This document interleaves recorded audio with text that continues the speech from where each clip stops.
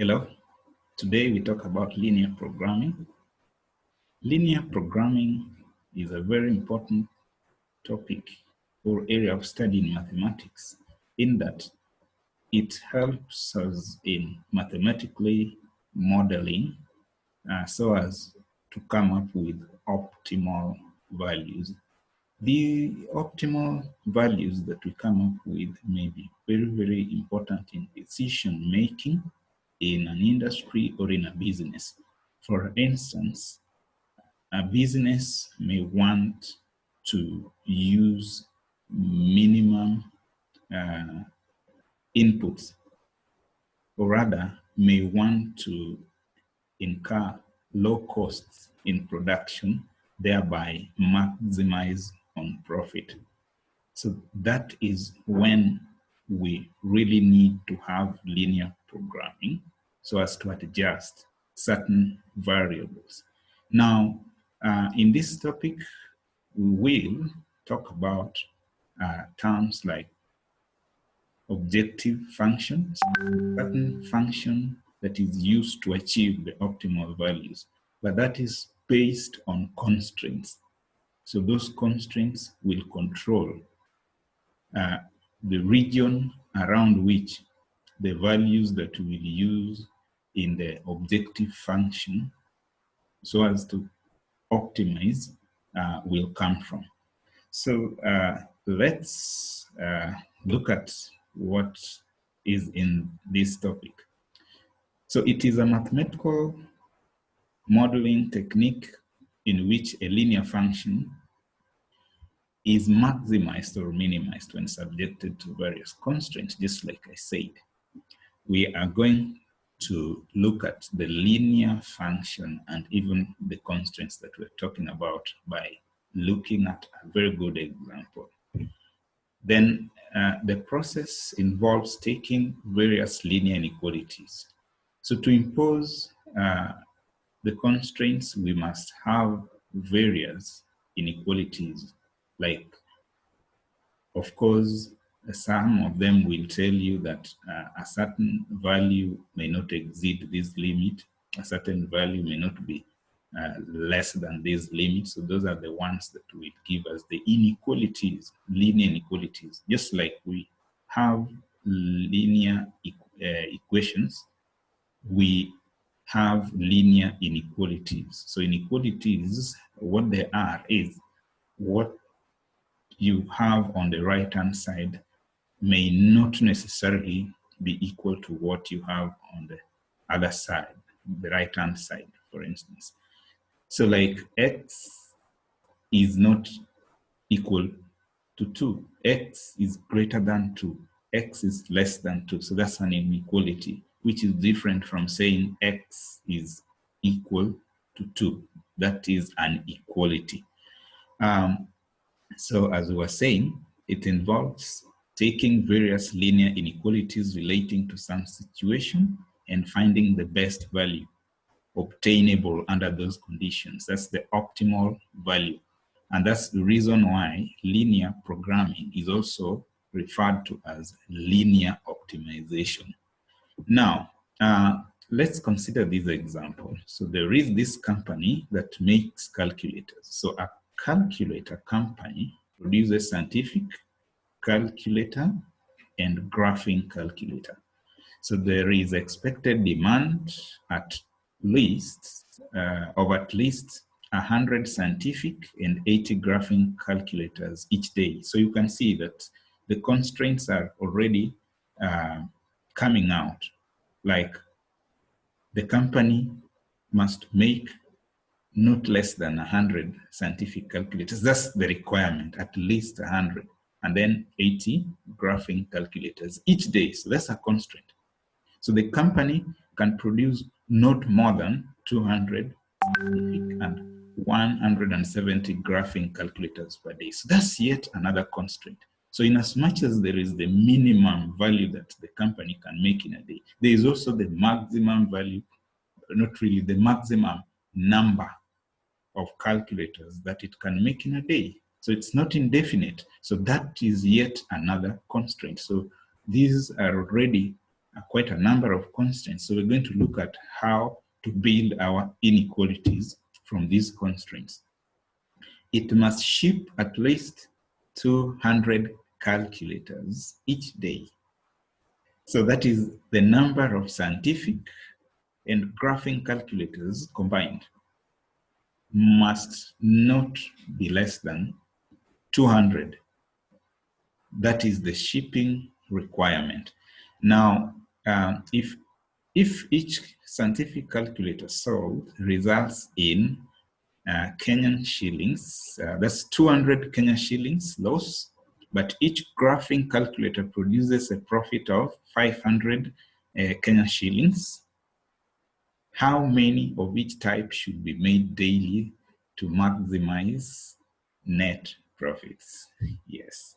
So you're now in business, or you're in the industry, you're the one in charge of controlling the inputs. Yeah, you can now see how important mathematics can be in various spheres of life.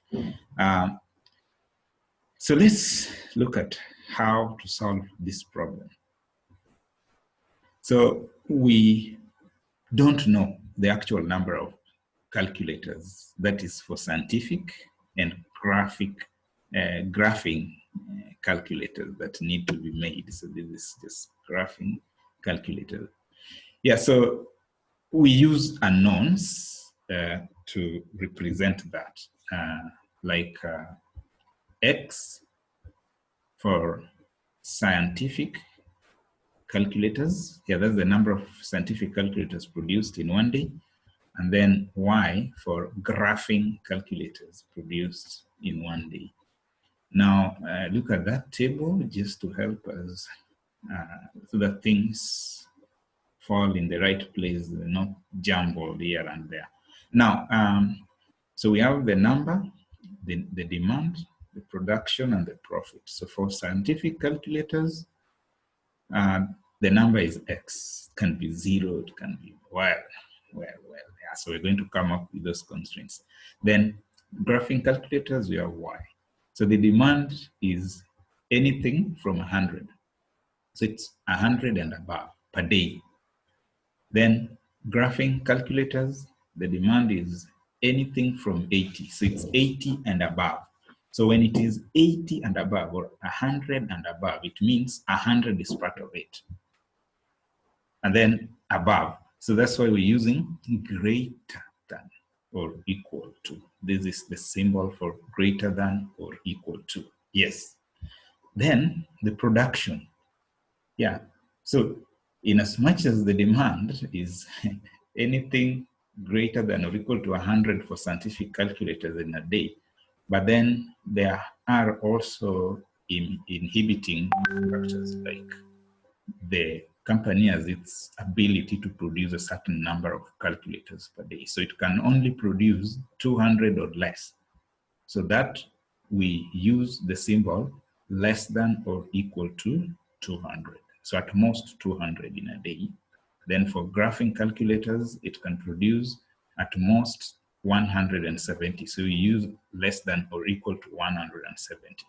Then we were also told, rather in the information given in that question, the number of calculators that can be shipped in a day, that is for graphing and scientific combined, is 200. So that is not 200, but less than or equal to 200. Then we have the profit. The profit that can be made from each scientific calculator here, it's negative 200. You get negative to mean that that's a loss of 200. Then for graphing calculators, so each graphing calculator made will enable the company to realize a profit of 500 shillings. Great. Let's use this table now to come up with the constraints. So the first three constraints, the constraint 1, X plus Y, the number of graphing calculators plus this other one is Yeah, this is scientific calculators, and then the graphing calculators is greater than or equal to 200. Then constraint number 2, X, yeah, the number of scientific calculators must not be less than 200, can be 200, can be less than or equal to 200. So it cannot exceed 200, that's what it means. Then the number of graphing calculators, so X is for scientific and then Y is for graphing. So for the number of graphing calculators must be 170 or less. Yeah. Then 2 more constraints.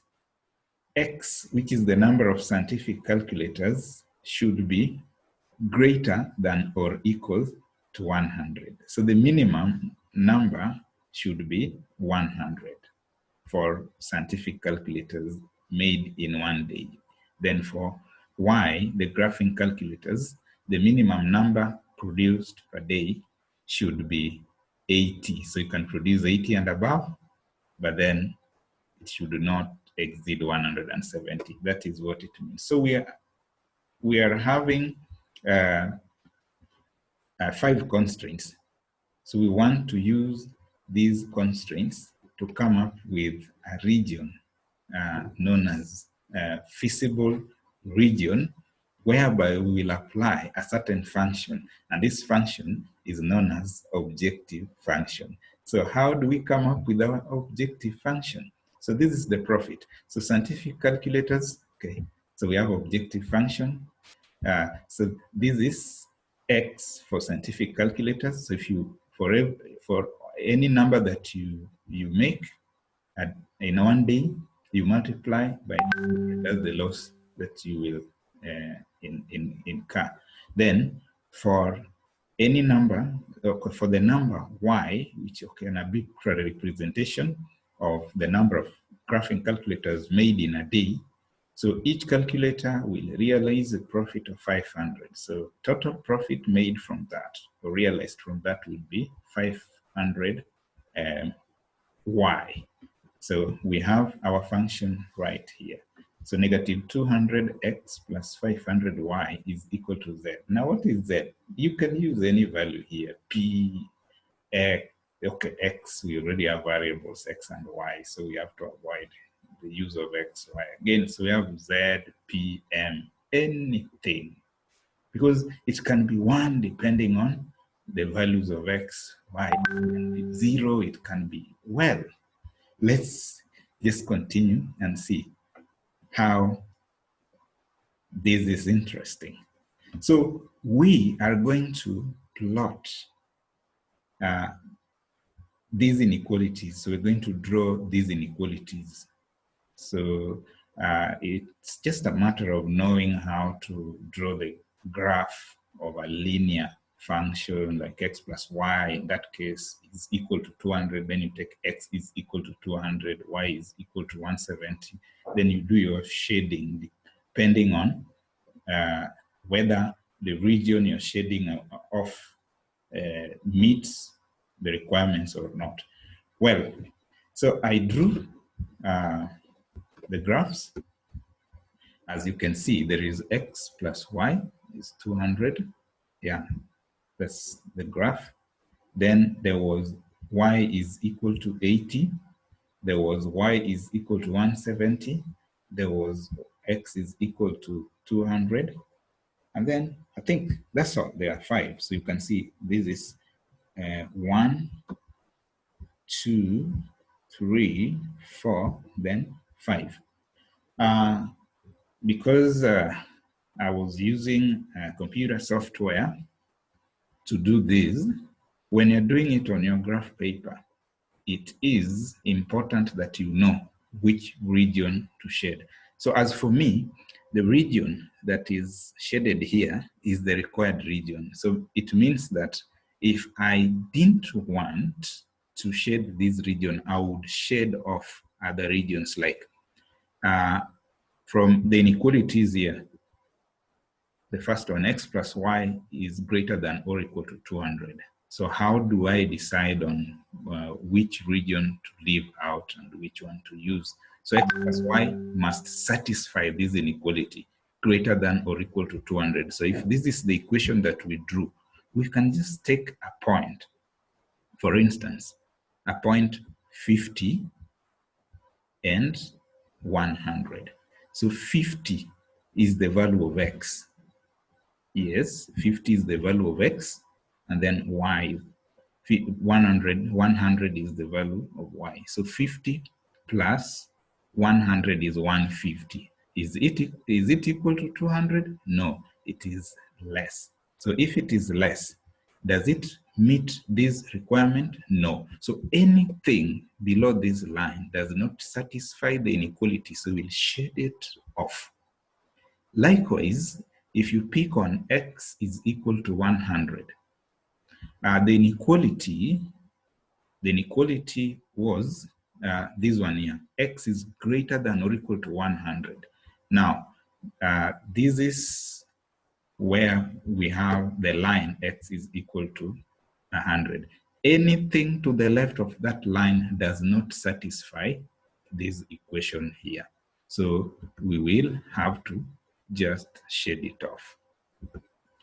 Then maybe we can also look at this one here, x is equal to 200. But then, as per our inequality, as you can see, as per the inequality, we are told that x is less than or equal to 200. So in that case, anything above 200, that is anything on the right-hand side of the line x is equal to 200 is not needed, does not satisfy the inequality. So you shade it off. You will do the same for the line y is equal to 170. Then, if you do it well, you will come up with this region here. So this one is known as the feasible region. Actually, yeah, we can just write that. It is the feasible region. I don't know why my pen is so feasible region. So this one here. Feasible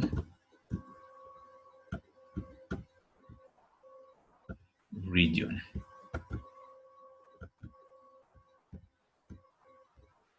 So this is where the values of x and y that satisfy the conditions given here lie. Now, we can take all of them. And one more thing, these lines are continuous because, as you can see, in each and every inequality, either greater than or equal to, less than or equal to. So it means that the line is part of the solution. There are cases when you're given, say, x is less than 200. So if x is less than 200, then 200 is not part of the line. Anything less than 200 is part of it. Anything on 200 is not. But we are lucky in this case that all our lines are continuous, and anything starting from the line is part of the solution. Now, we use our objective function to obtain the maximum profit in this case. So we'll pick on all the possible points from this region. Look at the ones that are highlighted in red. It is always true that the maximum or minimum value comes from the corner values. So you don't have to waste your time going to the values that lie inside the region unless the lines do not form part of the solution. That is, if they're not continuous. Yes, they're continuous. So if you follow that, then I tried all these corner points, 100 and 170 here, 100 and 100, 120 here, they're listed right here. So when I tested all those points, the one that was giving me maximum profit was 100 and 170. So it is this one here that was giving the maximum profit. You can try all of them, but I did try, and that was giving me 65,000. So you can see how easy that was.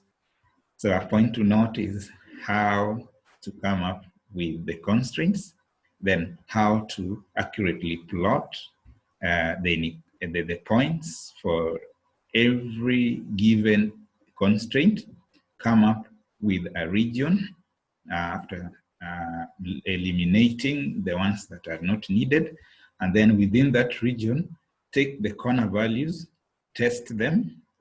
The one that gives you the maximum value is what is required. In fact, there is one that I tested here that was giving me 0. I think it's 200 and 0.200. That's when you produce 200 calculators. It's 200 scientific calculators and 80 graphing calculators. You can try it in this equation. Here you can see 200, that will give us 4. Yeah, so it gives 0. It gives 0. So that is where we'll stop. You can